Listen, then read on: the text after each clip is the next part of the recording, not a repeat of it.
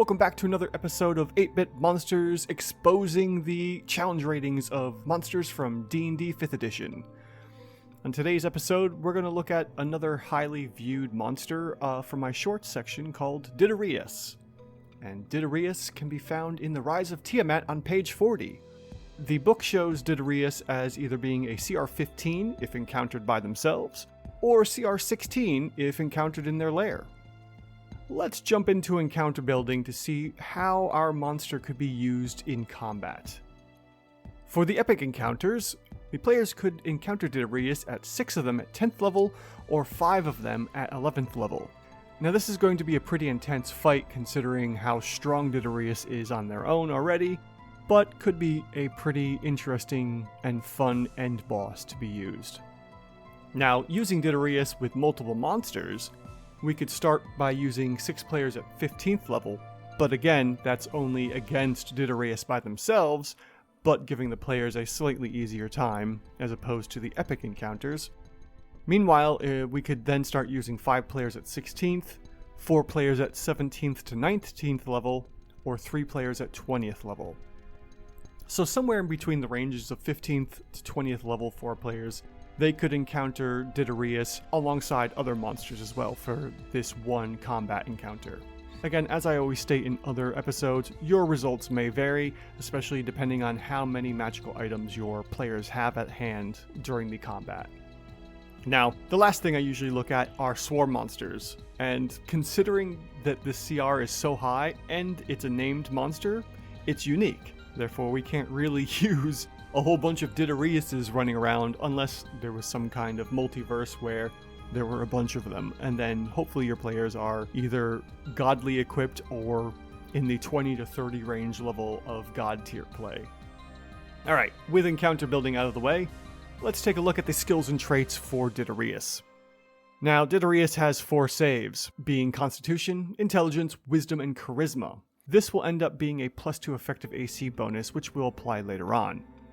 Diderius also has History and Religion as skills, which I'm sure come in handy during the Rise of Tiamat encounters and book, but for the purposes of this podcast or episode, we're not going to pay any attention to these skills. Next, Diderius has damage vulnerabilities to fire. Being a mummy, I would hope so, but considering that there's only the one condition for vulnerabilities, we're actually going to ignore this because generally speaking, you're only going to have 1, maybe 2 casters in your group that have fire attacks, or a couple characters with flaming weapons.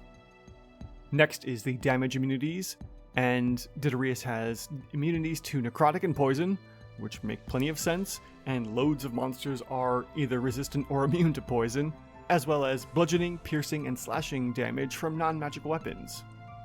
Now because of this will increase the effective hit points of Diderius by 1.5 times its base hit points. We'll see this later on. Diderius also has the standard fare of condition immunities, but we're going to ignore that as we always do. Now moving into the trait section, Diderius has magic resistance, and as you may have seen in the past, this will give an effective +2 AC bump.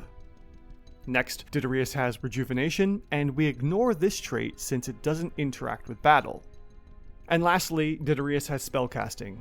I'm not going to bother getting into any of the spells here, as I will note some of them in the DCR and OCR sections. With that note, let's move into the DCR and take a look at what is affecting Diderius defensively. Well, as I had said before, there are the 4 saves, which gives it a +2 AC bump from its base 17 to 19. And then the magic resistance will again bump it by another 2, moving it from 19 to 21. And if you decide to give Diderius the Shield of Faith spell, which it can concentrate on, it'll have another +2 AC bump from 21 to 23. Already we have quite a big bump in effective AC bonuses here. And the last thing affecting Diderius' defensive CR is damage immunities, which, as I said before, will increase it by 1.5 times the hit points, moving it from 97 to 145 effective hit points. Now this effective hit points of 145 will be considered a DCR 5 if we look at our chart. DCR 5 is expecting AC 15, and Diderius actually has an effective AC of 23 after we use all of its shifts. Now this results in a +8 bonus over the expected, resulting in a +4 shift of DCR 5 to 9. So even though it initially had a low DCR rating, it gets moved up pretty quickly thanks to all of the high AC buffs that it got. Now that we have the DCR set, let's take a look at the OCR. Firstly, Spiritual Weapon. It's part of the spell list, always get it out there in the first turn, especially since it's a bonus action, and a great way to use any spellcaster's bonus action that can gain access to the spell. This results in 17 DPR, which we will add into the average later on. Next, we also have Rotting Fist, which will be an additional 35 DPR. Next, we have Legendary Actions, which will result in 106 DPR, and this is just from using the attack feature only. So it will get 4 attacks in per round after, players take their turns and such. Now, there's one thing I didn't take into account here, and that was another concentration spell of Insect Plague.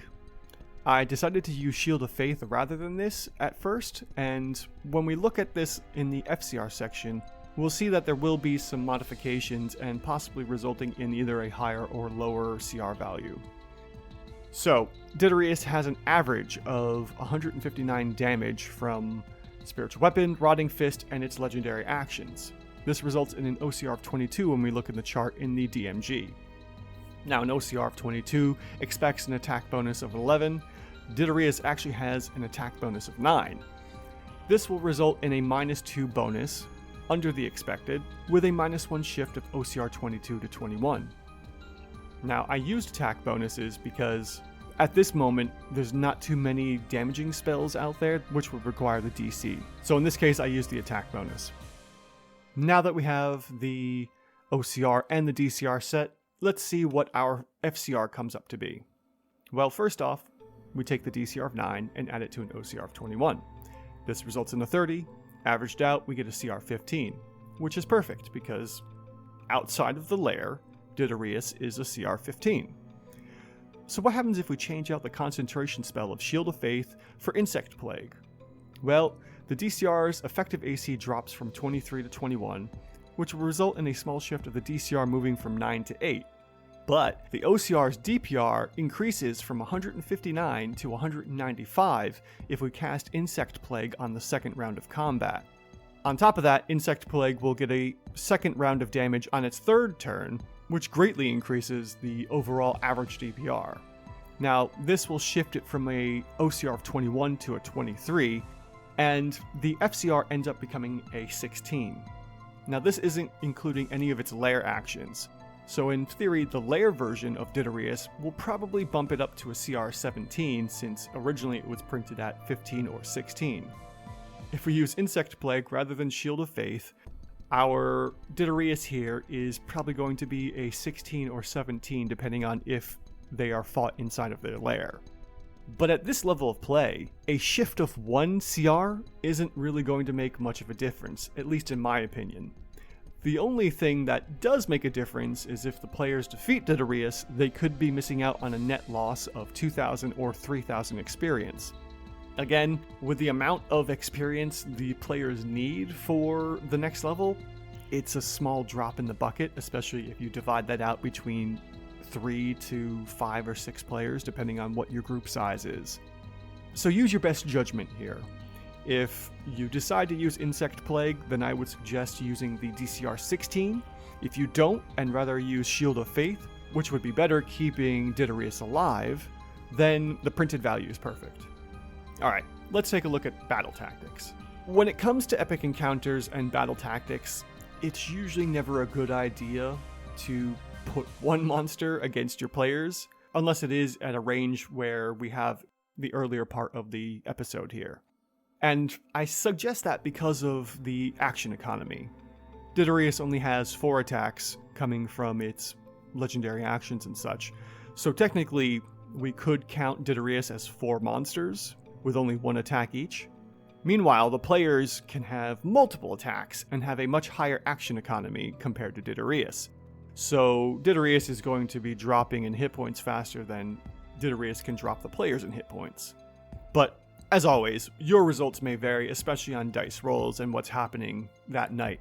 So how would I use Diderius in combat?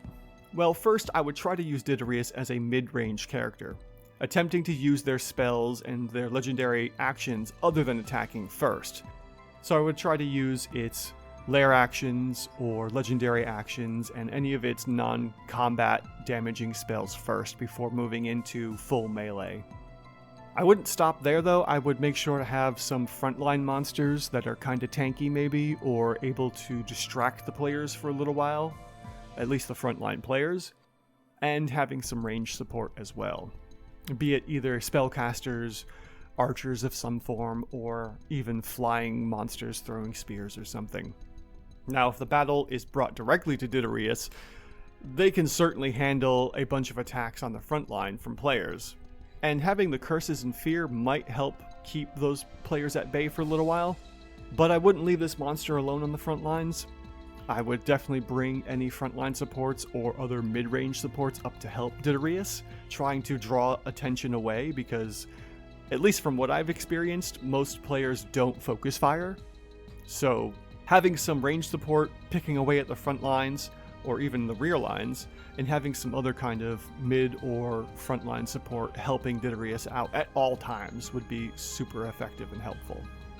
My suggestion again for battle tactics would be to get out as many spells as possible and using as many of the legendary actions and lair actions as you can before having to face players one-to-one or in melee range. Thank you for joining me as we exposed another monster's CR rating from D&D 5th edition. Join us again next week as we expose another monster's CR values, seeing what is going on with these monsters.